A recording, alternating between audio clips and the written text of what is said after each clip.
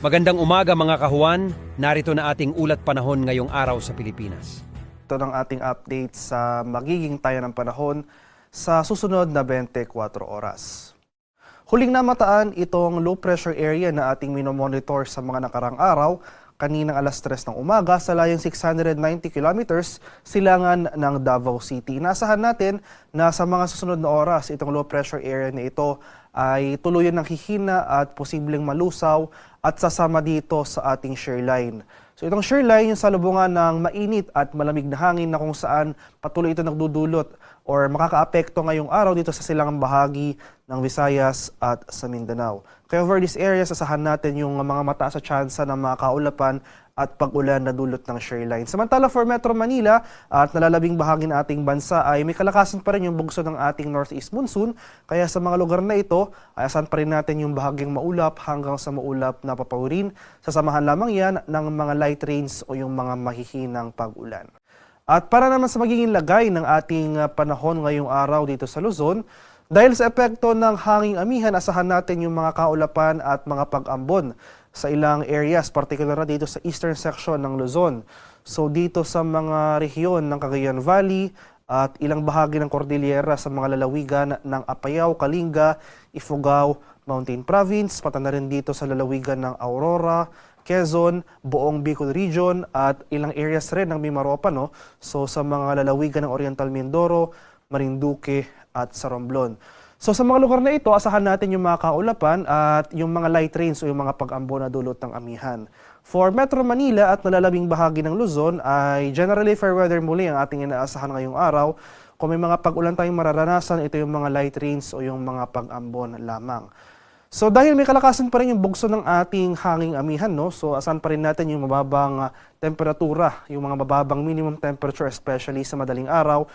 Mas mababa yung ating temperatura kung nakatira po tayo sa mga matataas na mga lugar o yung mga mountainous areas. Sa area naman ng Visayas at Mindanao, dahil sa epekto ng shear line o yung salubungan ng mainit at malamig na hangin, asahan natin ang mataas sa tsansa ng mga kaulapan at mga kalat-kalat na pag-ulan at thunderstorms dito sa malaking bahagi ng Caraga, Davao Region at mga lalawigan ng Leyte, Southern Leyte, Eastern Samar, pati na rin sa mga lalawigan, ilang lalawigan ng Northern Mindanao sa may Camiguin at Misamis Oriental. Kaya over these areas, asahan natin especially mamayang hapon hanggang sa gabi, itong mataas sa tsansa ng mga pag-ulan. So posibleng mas dumami pa yung mga areas na makakaranas ng pag-ulan mamayang hapon, dulot yan ng shear line. Samantala, sa nalalabing bahagi ng Visayas, rest of Mindanao, pati na rin dito sa Palawan, ay magpapatuloy pa rin yung bahagyang maulap hanggang sa maulap na papawirin na dulot ng amihan. Kung may mga pag-ulan tayong mararanasan, ito yung mga pag-ambon o yung mga light rains. Sa kalagayan naman ating karagatan, dahil may kalakasan pa rin yung bugso ng ating amihan, may nakataas pa rin tayong gale warning sa eastern seaboards ng Visayas at sa Mindanao. So as of 5 a.m., may nakataas tayong gale warning dito sa eastern coast ng Northern Samar, sa eastern coast ng Eastern Samar, Dinagat Island, Surigao del Norte at mga ilang bayan ng Surigao del Sur. Kaya sa ating mga kababayang mangingisda at may mga maliliit na sasakyang pandagat over these areas, huwag po muna tayong pamalaot dahil patuloy tayong makakaranas ng maalong karagatan na dulot ng hanging amihan. At para naman sa ating weather outlook sa mga susunod na araw, so dahil sa epekto ng shear line, asahan natin na hanggang bukas, araw ng linggo, magpapatuloy yung mga pag-ulan dito sa silangang bahagi ng Visayas at Mindanao. So most of Eastern Visayas as well as Caraga and Davao Region, asahan natin yung mga pag-ulan.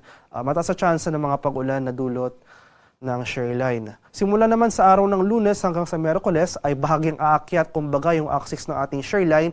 Kaakibat ito yung pag-retreat o pag-atras rin ng ating northeast monsoon. So mababawasan na yung mga pag-ulan sa malaking bahagi ng Mindanao, pero dahil sa epekto nga ng shear line, asahan natin na malaking bahagi na ng Visayas as well as itong Bicol Region, mataas sa tsansa ng mga pag-ulan ang ating mararanasan over these areas in the coming days. Kaya maghanda po tayo at maging alerto sa mga banta ng flooding or landslides dahil inaasahan natin na mas lalakas pa yung mga pag-ulan na ating mararanasan over portions of Southern Luzon, Visayas, and Eastern section ng Mindanao.